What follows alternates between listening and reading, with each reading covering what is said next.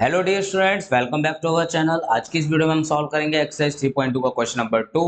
Okay, question number 2 start करने से पहले मैं आपको दो चार बातें बताना चाहता हूं जो हम सबको पता होनी चाहिए। बातें वो क्या हैं, ध्यान से सुनिए कि दो लाइनें हमारे पास, दो इक्वेशन है। ओके, और दो इक्वेशन तो दोनों इक्वेशन की दो लाइन्स होंगे। अब ये दोनों लाइनें जब हम ग्राफ पर रिप्रेजेंट करते हैं तो तीन चीजें क्रिएट होती हैं, या तो वो लाइन आपस में इंटरसेक्ट करेंगे, या तो कोइंसिडेंट होंगे, या फिर पैरेलल होंगे। इनसे इंटरसेक्ट का मतलब वो एक दूसरे को कहीं ना कहीं काट रही होंगी, कोइंसिडेंट का मतलब एक दूसरे के ऊपर आ रही होंगी। ओके, और पैरेलल का मतलब बिल्कुल एक दूसरे के समांतर होंगे। ठीक है, ऐसी सिचुएशन में हम बिना ग्राफ पर ड्रॉ करके कैसे पता करें कि हमारी जो इक्वेशन, ये दो इक्वेशन दी गई हैं, इनकी लाइंस आपस में कैसे बिहेव करेंगी। तो इनकी लाइन कुछ इस तरीके से बिहेव करेंगी। तो उसके लिए हमारे पास जो फॉर्मूला है वो ये है कि जब लाइन आपस में इंटरसेक्ट कर रही होंगी एक दूसरे को, तब जो एक कोफिशिएंट्स हैं एक्स एंड वाई के, ओके, तो इंटरसेक्टिंग के लिए जो कोफिशिएंट है वो क्या होगा, a1/a2 is not equal to b1/b2। ठीक है, कोइंसिडेंट के लिए हमारे पास a1/a2 बराबर होगा b1/b2 के, और साथ ही साथ में बराबर होगा c1/c2 के। राइट, फिर पैरेलल के केस में हमारे पास a1/a2 तो बराबर होगा b1/b2 के, बट इनमें से कोई भी चीज c1/c2 के बराबर नहीं होगी, है ना। ये समझ में आया। इस बात को ध्यान रखते हुए आपको एक चीज का ध्यान रखना है, जब लाइन आपस में इंटरसेक्ट कर रही होंगी तब वहां पर क्या होगा, ओनली वन सॉल्यूशन होगा। क्या होगा, ओनली वन सॉल्यूशन। जब कोइंसिडेंट हो रही होंगी, ठीक है, संपाती होंगी, तब क्या होगा, मैनी सॉल्यूशंस होंगे। क्या होंगे तब, मैनी सॉल्यूशंस। और जब पैरेलल यानी समांतर होंगी तब नो सॉल्यूशन, तब एक भी सॉल्यूशन नहीं होगा। ओके, अब ये कंडीशन आपको पता चल गई। इसके साथ साथ एक चीज और होती है जिससे हम इन इक्वेशंस को डिस्क्राइब करते हैं, वो होता है कंसिस्टेंट और इनकंसिस्टेंट। जिन दो केसेस में सॉल्यूशन आ रहे हैं उनको हम बोलते हैं कंसिस्टेंट। क्या बोल देते हैं, कंसिस्टेंट। और एक कंडीशन जिसमें हमारा सॉल्यूशन नहीं निकल रहा उसको हम बोल देते हैं इनकंसिस्टेंट। क्या बोल देते हैं, इनकंसिस्टेंट। ठीक है, तो इन्हीं दो तीन बातों का ध्यान रखते हुए हम क्या करेंगे, आगे एक्सरसाइज करेंगे। एक्सरसाइज का क्वेश्चन नंबर सेकंड करते हैं।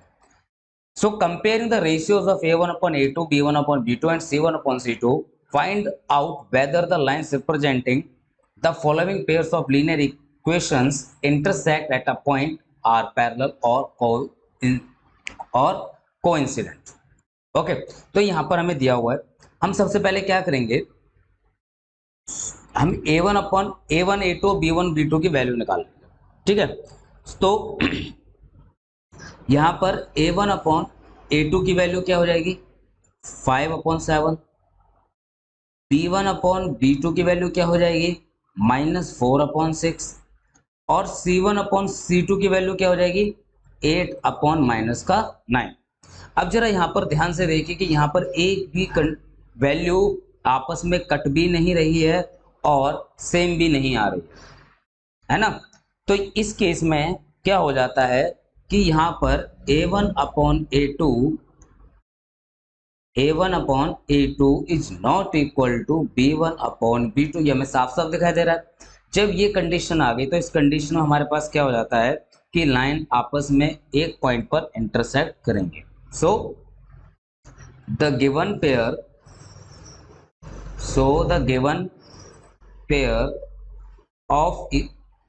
the given pair of linear equations, so the given pair of linear so the given pair of linear equations are